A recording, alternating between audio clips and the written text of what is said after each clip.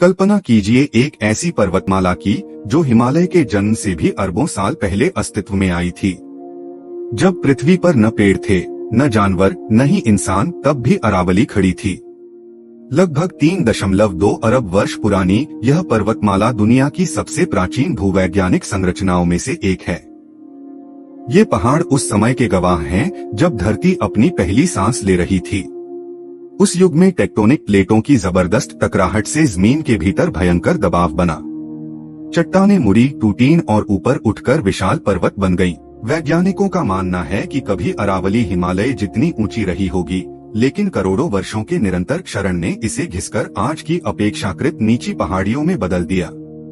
अरावली केवल एक पर्वतमाला नहीं, बल्कि उत्तर भारत के लिए जीवन रेखा है। गुजरात के पालनपुर से शुरू होकर राजस्थान, हरियाणा होते हुए दिल्ली तक फैली यह 800 किलोमीटर लंबी श्रृंखला एक अदृश्य रक्षक की तरह काम करती है।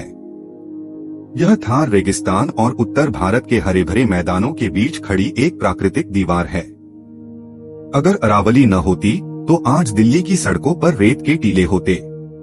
राजस्थान की तपती रेत और धूल भरी आंधियां पंजाब और हरियाणा तक पहुंच चुकी होती। यह पर्वतमाला रेगिस्तान को पूर्व की ओर बढ़ने से रोकती है, मानसूनी हवाओं को दिशा देती है और हजारों वर्ग किलोमीटर क्षेत्र की जलवायु को संतुलित रखती है।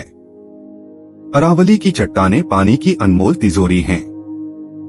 बारिश का पानी यहाँ की दरारों और परतों में समाकर धीरे धीरे नींद में रिसता है, जिससे भूजल भंडार भरते रहते हैं। दिल्ली एनसीआर के करोड़ों लोगों के लिए जल सुरक्षा में अरावली की भूमिका अपरिहार्य है। यमुना, साहिबी, बनास और लूनी जैसी नदियां इसी पर्वतमाला से जीवन पाती हैं। अरावली की पहाड़ियां और घाटियां जैव विविधता का अद्भुत केंद्र हैं। यहाँ तेंदुए रात के अंधेरे में शिकार करते हैं, नीलगाय झुंड बनाकर चरती हैं और सैकड़ों प्रजातियां के पक्षी चहचहाते हैं। यहाँ की धरती पर औषधीय पौधे, दुर्लभ जड़ी बूटियां और अनगिनत कीट पतंगों की प्रजातियां पाई जाती हैं। यह पूरा इकोसिस्टम एक दूसरे से जुड़ा हुआ है। अगर एक कड़ी टूटती है तो पूरी श्रृंखला प्रभावित होती है। लेकिन पिछले कुछ दशकों में अरावली के साथ जो हुआ है वह किसी त्रासदी से कम नहीं। जिस पर्वतमाला ने अरबों साल प्रकृति की मार झेली, वह इंसान के लालच के सामने घुटने टेक रही है।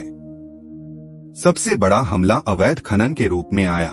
संगमरमर, ग्रेनाइट, बजरी और पत्थर की मांग ने पूरे के पूरे पहाड़ों को डायनामाइट से उड़ा दिया। जहाँ कभी हरी भरी पहाड़ियां थीं, वहाँ आज गहरे गड्ढे और मलबे के ढेर नजर आते हैं।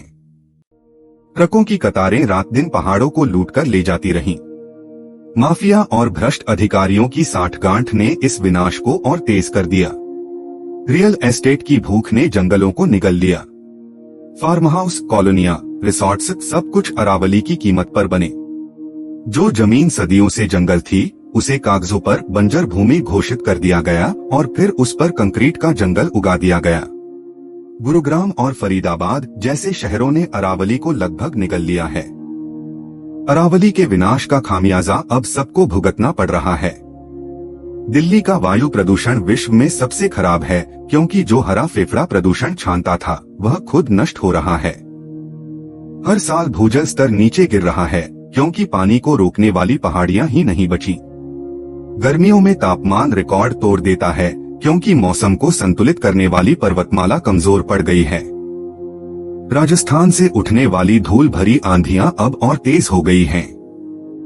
थार रेगिस्तान धीरे धीरे पूर्व की ओर बढ़ रहा है। जंगली जानवर अपने आवास खो रहे हैं। कई प्रजातियां लुप्त होने के कगार पर हैं। इसी बीच में एक नया विवाद सामने आया है। केंद्र सरकार ने अरावली की एक नई परिभाषा प्रस्तावित की है, जिसे सुप्रीम कोर्ट ने स्वीकार किया है।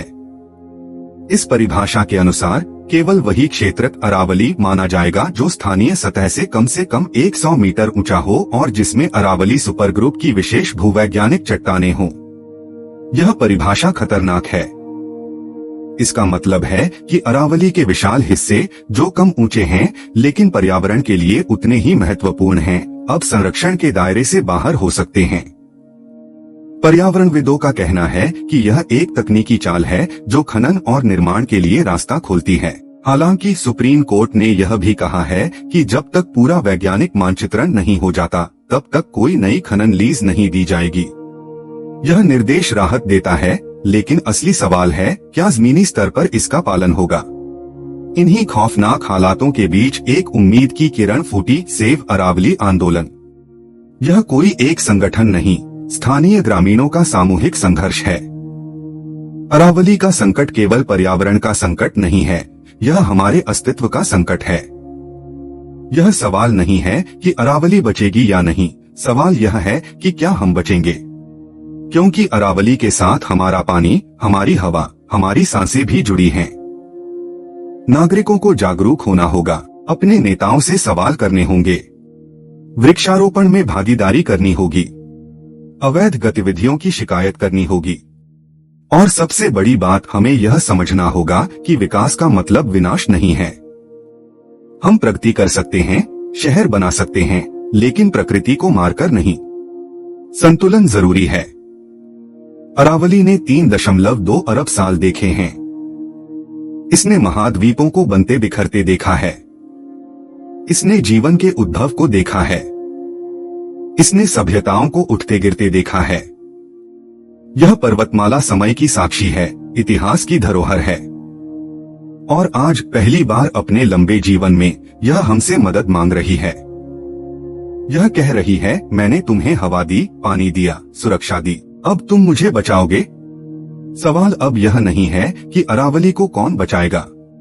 सवाल यह है, क्या हम खुद को बचाना चाहते हैं?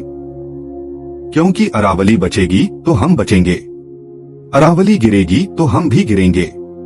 चुनाव हमारे हाथ में है। जय हिंद, वंदे मातरम।